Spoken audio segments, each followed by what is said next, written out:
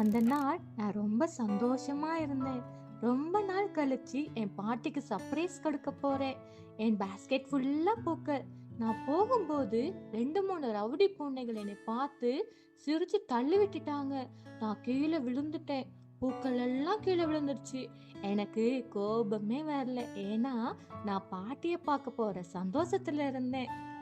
பாட்டி, பாட்டி எங்க இருக்கீங்க? பாட்டி சவுண்டே இல்ல. பாட்டிக்கு உடம்பு சரியில்ல. படுத்திருந்தாங்க. எனக்கு பயம் வந்துருச்சு. என்னை வளர்க்க எவ்வளோ கஷ்டப்படுறாங்க. அதனால தான் பாட்டிக்கு உடம்பு சரியில்லைன்னு நினைச்சேன். பின்னாடி போய் வாய்க்கால்ல சின்ன சின்ன மீன்களை பிடிச்சு பாட்டிக்கு சமைச்சு கொடுத்தேன். அவங்க கண் கலங்கிட்டு சாப்பிட்டாங்க.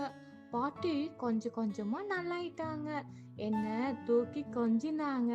பாட்டிக்கு என்னை விட்டா யாருமே இல்லை. நான் பாட்டிக்கு செய்த உதவியை பார்த்து பூனைகள் எல்லாம் என்கிட்ட வந்து மன்னிப்பு கேட்டாங்க. இப்ப அவங்க ரவுடி இல்லை, என்னோட குடும்பம் ஆயிட்டாங்க. சில நேரம் விழுவது தோல்வி இல்லை, யாருக்காக எழுந்து நிற்கிறோம் என்பதுதான் முக்கியம்.